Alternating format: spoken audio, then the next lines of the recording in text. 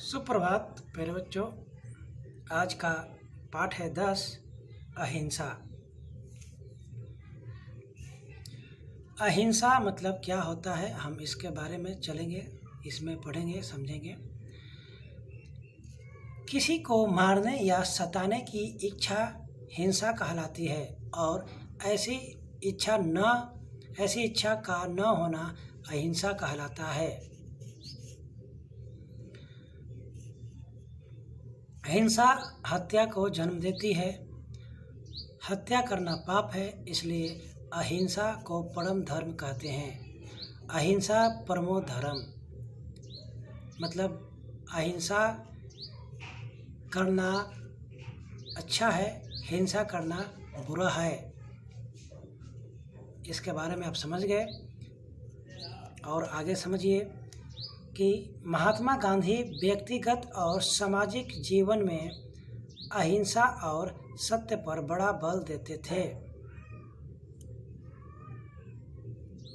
यहाँ पर एक शब्द है व्यक्तिगत मतलब अपना, है ना, पर्सनल, और सामाजिक मतलब समाज का, सोशल। तो यही लिखा है कि महात्मा गांधी व्यक्तिगत और सामाजिक जीवन में अहिंसा और सत्य पर बड़ा बल देते थे। मतलब वो अहिंसा पर ही ध्यान देते थे और लोगों को इसी रास्ते पर चलने की बात कहते थे और खुद भी वो अहिंसा के पुजारी थे। उन्होंने स्वाधीनता का संग्राम भी इन दो हथियारों से ही लड़ा। उनकी मान्यता थी कि हमें सत्य का सदा आग्रही होना चाहिए। सत्य का आग्रही मतलब हमें हमेशा सत्य का पालन और सत्य की बातों को मानना चाहिए। यदि सत्याग्रह से काम न चले तो असहयोग करो। मतलब अगर हमें सत्य बोलने से और कहीं गलत बुरा होता है तो हम क्या करेंगे, वहाँ असहयोग करेंगे। कहने का मतलब है वहाँ हम उनकी बातों को नहीं मानेंगे, वहाँ पर उनकी बातों को असहयोग करेंगे।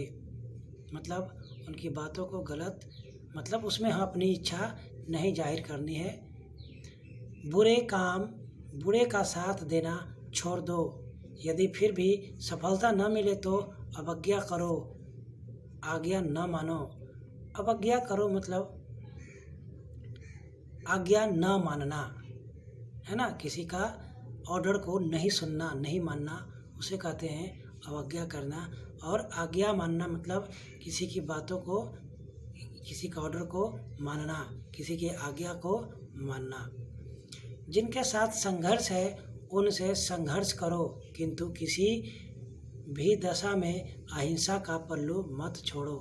कहने का मतलब है कि हमें अगर किसी से संघर्ष है किसी भी बात पर, तो हम सत्याग्रही बनकर अहिंसा से उनसे लड़ेंगे, न कि उनके साथ बुरा बर्ताव करेंगे, न कि उनके साथ मारपीट करेंगे, न कि उन्हें कुछ नुकसान पहुंचाएंगे। कहने का मतलब है उन्हें हम अहिंसा से लड़ेंगे। हम अपनी बातों को मनाने के लिए उनकी बात भले न माने, लेकिन उन्हें ऐसा नहीं कि हम उनके साथ मारपीट करेंगे। मतलब उनकी अहिंसा से उनसे झगड़ा, अहिंसा से उनसे अपनी बातों को मनवाएंगे। आगे चलिए पढ़ते हैं। अहिंसा के 3 रूप हैं जो उत्तरोत्तर श्रेष्ठ हैं। यहाँ पर समझिए कि अहिंसा के 3 रूप हैं जो उत्तरोत्तर मतलब उनके उत्तर श्रेष्ठ हैं। किसी को अपने शरीर द्वारा कष्ट पहुंचाने की इच्छा न करना शारीरिक अहिंसा है। मतलब किसी को हम शारीरिक कष्ट नहीं पहुंचाएंगे तो वो शारीरिक अहिंसा है। शारीरिक कष्ट पहुंचाना मतलब किसी को मारकर काट देना, तोड़ देना, फोड़ देना, किसी को घाव या जख्म देना, वो होता है शारीरिक कष्ट देना। वाणी से कष्ट पहुंचाने की इच्छा न करना वाचिक अहिंसा है। वाणी से कष्ट पहुंचाने की इच्छा न करना वाचिक हिंसा मतलब कि हम किसी को बुरा कहते हैं, वो भी एक तरह से हिंसा होता है, और जिसे हम बुरा नहीं कहते हैं वो एक तरह से अहिंसा है।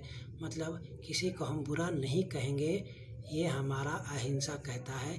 किसी के साथ हमें बुरा व्यवहार करने का मतलब कोई गंदी बात या किसी तरह का उन्हें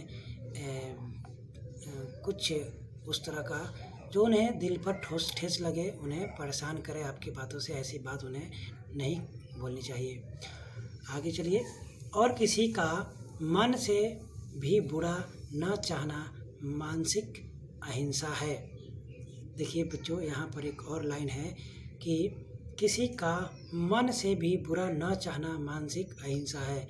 मतलब किसी के बारे में हम मन में भी नहीं सोचेंगे कि उनका नुकसान करे और उनका नुकसान हो जाए, ऐसा कुछ अपने मन में भी नहीं सोचना है। ये मन में भी सोचना एक तरह से हिंसा है। मतलब किसी के बारे में हम बुरा सोचते हैं, वो भी मन से हिंसा करना हुआ। मतलब समझ गए कि किसी को हमें मन से भी नहीं सोचना है कि बुरा हो, है ना। आगे चलिए। अतः हमें मनसा, वाचा, कर्मणा तीनों रूपों में हिंसा से बचना चाहिए। यहाँ पर देखिए, मनसा मतलब मन से, वाचा मतलब वाणी से, मतलब अपने बातों से, और कर्मणा मतलब कर्म से, मतलब अपने काम से। मतलब तीनों रूपों में हिंसा से बचना चाहिए, है ना। मनसा, मन में किसी के बारे में नहीं सोचना चाहिए, ये हुआ मनसा हिंसा, अहिंसा हिंसा। वाचा हिंसा मतलब किसी को हम अपने वाणी द्वारा कष्ट न पहुँचाएं, ये हुआ वाचा हिंसा।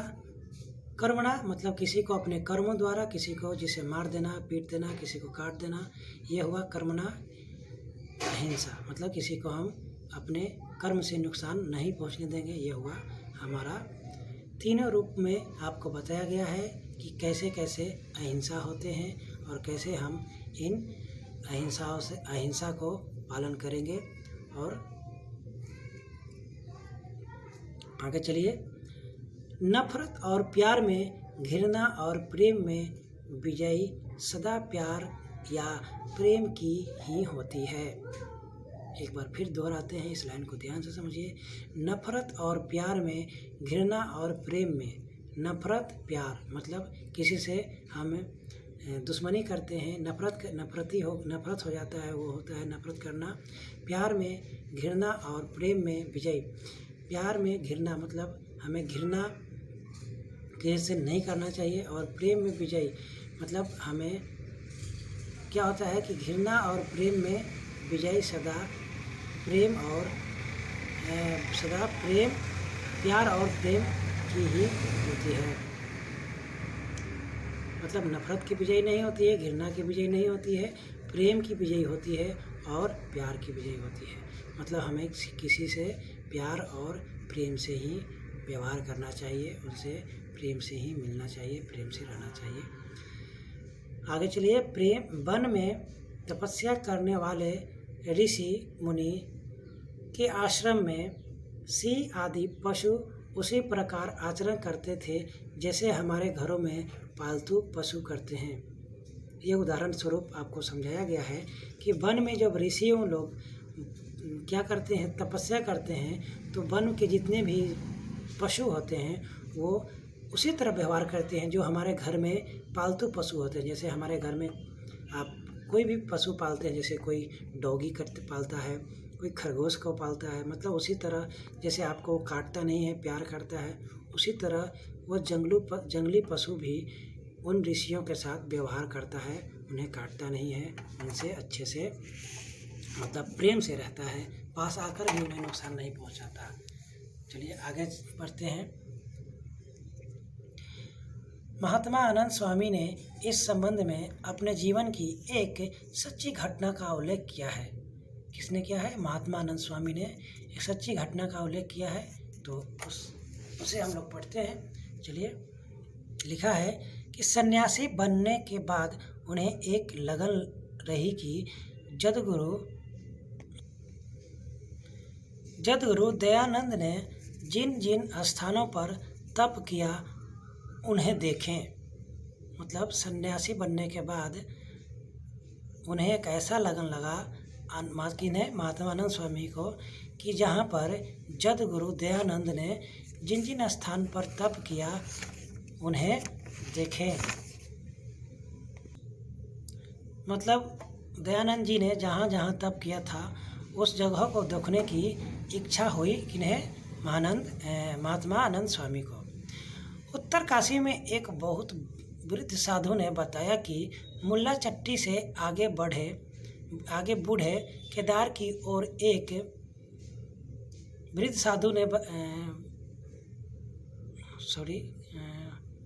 आगे बूढ़े केदार की ओर जाएं तो वहाँ एक स्वामी गंगागिरी जी रहते हैं जो महर्षि दयानंद के साथी थे। दयानंद स्वामी उत्तरकाशी से मुल्ला चट्टी गए।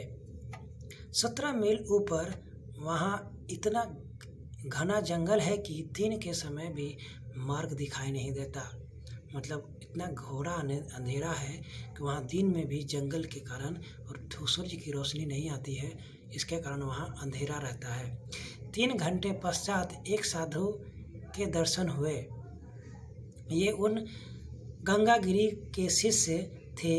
वे आनंद स्वामी को कुटिया पर ले गए और वह शिला दिखाई जिस पर बैठकर स्वामी दयानंद ध्यान लगाते थे। मतलब उन्हें वह शिला मतलब वह पत्थर दिखाया जिन पर वो दयानंद क्या करते थे, ध्यान लगाते थे, मतलब तप करते थे।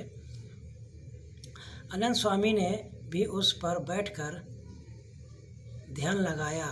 ध्यान के पश्चात आंखें खोलने पर उन्हें एक विशाल शेर अपनी ओर आता दिखाई दिया। साधु महात्मा अपनी कुटिया के बाहर बैठे थे। उन्होंने आवाज़ देकर कहा कि यह सिंह आ गया है। वे बोले, घबराने की आवश्यकता नहीं, यह सिंह तुम्हें कुछ नहीं कहेगा।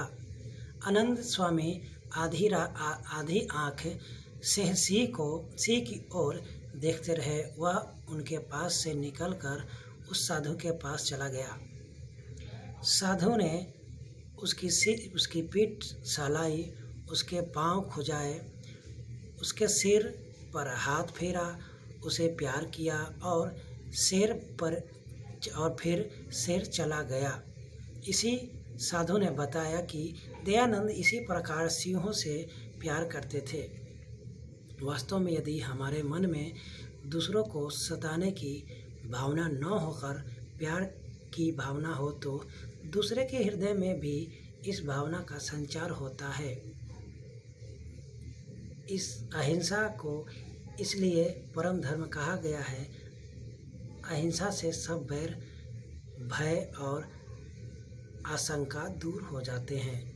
ये आप पाठ पढ़े, समझे, मतलब हमें किस प्रकार लोगों से रहना चाहिए, लोगों से मिलना चाहिए, लोगों से कैसे व्यवहार करने चाहिए, लोगों के साथ हमें कैसे अहिंसा से बातें करनी चाहिए, अहिंसा से रहना चाहिए। तो इस वीडियो को आप ध्यान से समझिए, देखिए, और जो भी अगर परेशानी हो, कोई शब्द में प्रॉब्लम हो, कोई शब्द का अर्थ नहीं समझ में आता हो, तो आप हमें व्हाट्सएप करें, उस शब्द को लिख करके भेजिए जिसको दिक्कत जिसमें होता है। धन्यवाद।